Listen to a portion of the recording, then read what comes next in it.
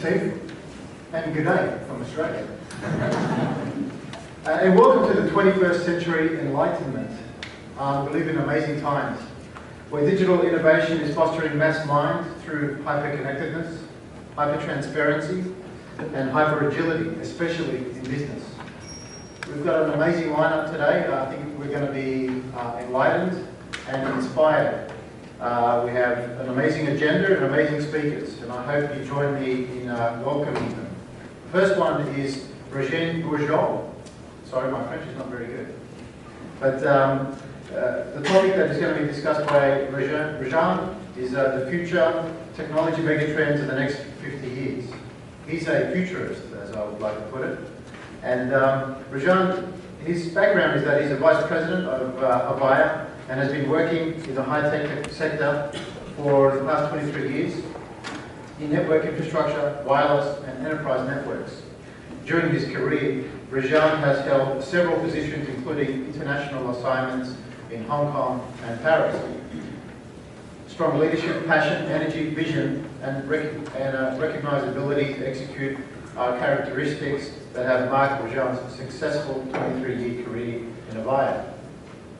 An active spokesperson in the telecommunications industry, Rejan is passionate about the future of technologies and its impact on our lives. He is a member of the World Future Society. Rejan is a graduate of Sherbrooke University with a bachelor's degree in electronic engineering. He is married with 3 children from the cyber generation, and he is fully bilingual in English and French, and is a passionate cross-country push bike rider. So join me in welcoming Rejan to the podium.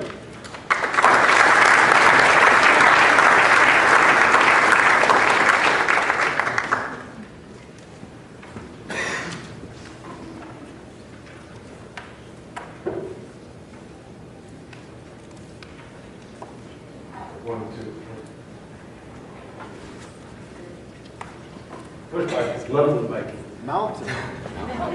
Good morning.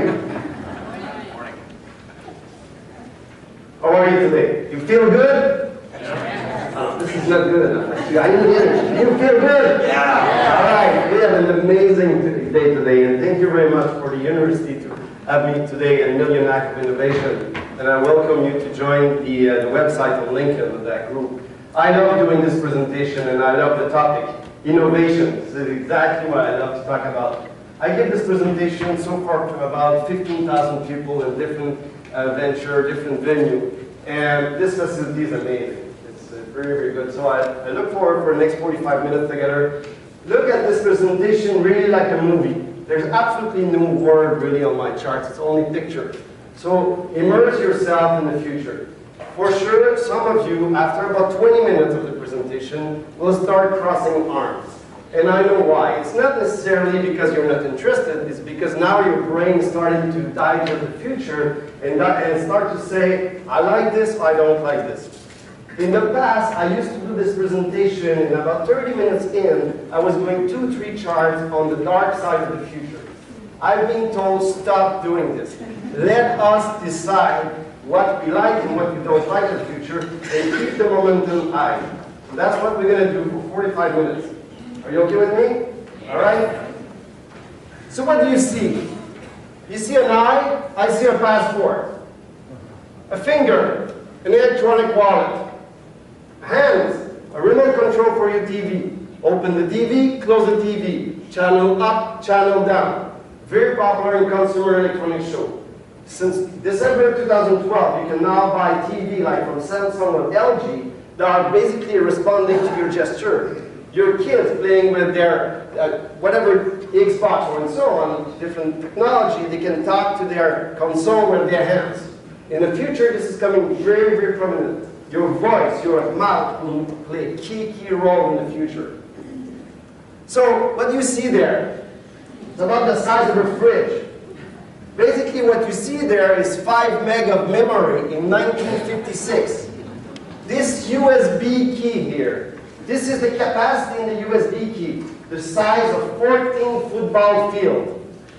The reason I present this, and you will see my entire presentation is look forward in the future. I have only 2-3 slides that looks in the back. But this is to show you the miniaturization. Think 50 years from now, what we're going to see. This is a Cray 2 computer, 1985. This is the iPad 2 computer, same thing, same processing power. Look at the price difference between the two. 17.5 million and 700 bucks. So picture yourself again 30 years from now, where the technology is going from miniaturization and price. So I was having a great time with Steve Wozniak in November in Toronto and in Montreal in February, and we spent 24 hours together with different customers. And one of the keynote I had to give was think different. So where we're going to go for the next about 10 minutes, I want you to start thinking differently about different aspects of the life. So this is a brain helicopter. Basically, at the Consumer Electronics Show in 2013 in January, this guy now controls the helicopter with his brain. There's a reason there's a cage around it, because sometimes you lose control of your brain, and the helicopter wants to go everywhere. But what is amazing is it used crowdsourcing to get it on Kickstarter. But think about it. This guy only needs $10,000. He got $75,000, and he had 434 backers. I was telling a story last night at the dinner. I thought Kickstarter, until yesterday in the plane, that these guys were like sub $100,000. In Fortune magazine this month, there's a guy there who raised $2.4 million on Kickstarter. So this is things we didn't have 10 years from now. So some of you are in the age of student or entrepreneur. This is new stuff that helps you for your innovation. Dave and Karen, how many of you know the story of this kid?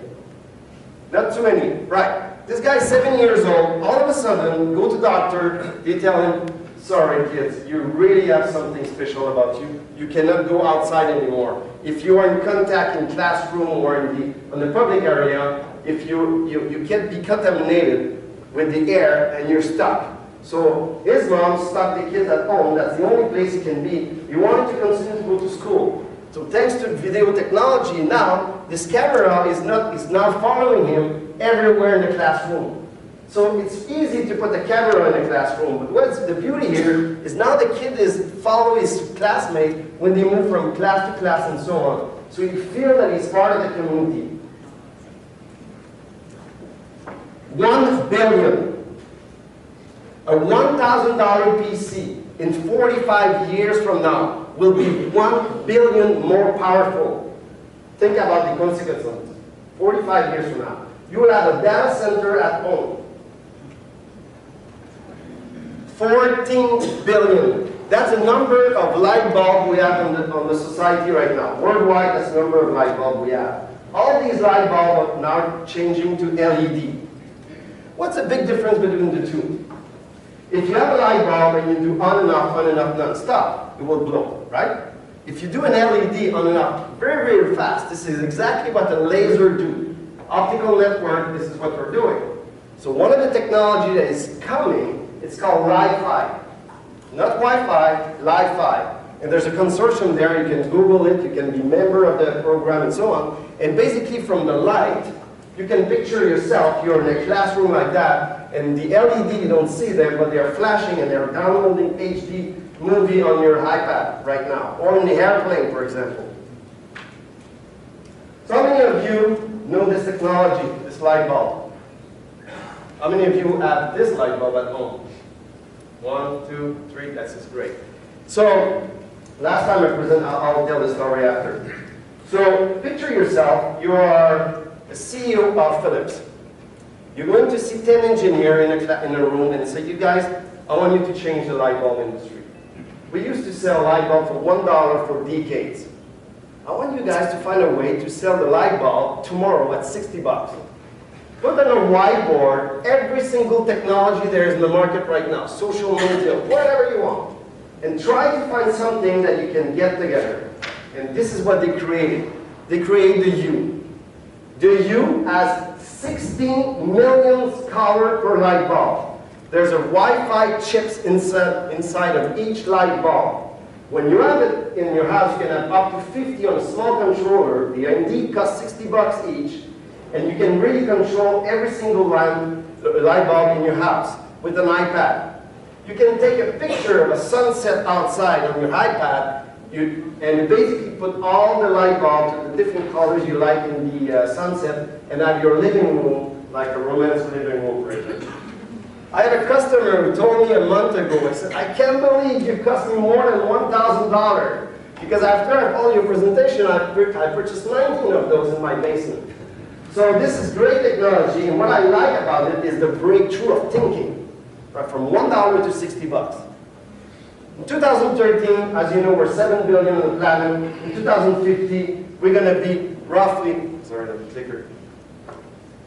We're going to be roughly 7 billion on the planet, and the population 9.3 billion in 2050. Right now on the planet, there's 800 million cars. In 2050, we will have 4 billion cars on this planet. Amazing challenge for the industry. So, you've seen this in Expo 1967 in Montreal. This is not used anymore too much, more like a museum. So what we're going to do in the future, you're going to start seeing vertical farming. This picture is more like futurist, but right now there's one built in Sweden, there's one built in China, and basically the beauty of it is you put the farm right in the cities. So picture you have a vertical farm like that in Toronto. You have conveyors going underground like Disney World, producing carrots, potatoes, and feeding all the different restaurants and groceries right by inside. This is where the future is going. No need for transportation, you get the light, you got the sun around the building, you get the water drip from the ceiling, and so on. When I go to a beach, I'm not sure if I'm like you, but I hate algae. I like to go to the beach, but there's no algae. But right now, I love algae. This company, Parabel in Florida, there's many of those, but this one I know in particular, what they are doing is amazing. They built this type of pool. This is 12 acres in Florida, right? So this is like a pool about 2 feet, and they harvest algae 5 to 7 times a day. So there's a big scraper, we don't see it, and 5-7 times a day, they just go around the pool and they take just the top, and they make a powder of it, and 65% is transformed from algae and protein to feed animals in farms, and 35% in biofuel. The biofuel from the algae is $20 less the petrol barrel right now. Think about it, from algae. They just sold their patent to China. They fight for 2.5 years to the US government to be allowed to sell their patent to China. They just accepted. They sell they're going to build the first plant, 1,200 acres. And now, if it works, they're going to go to 12,000 acres right after. They already have the land for doing it. The next phase is what we call allophytes.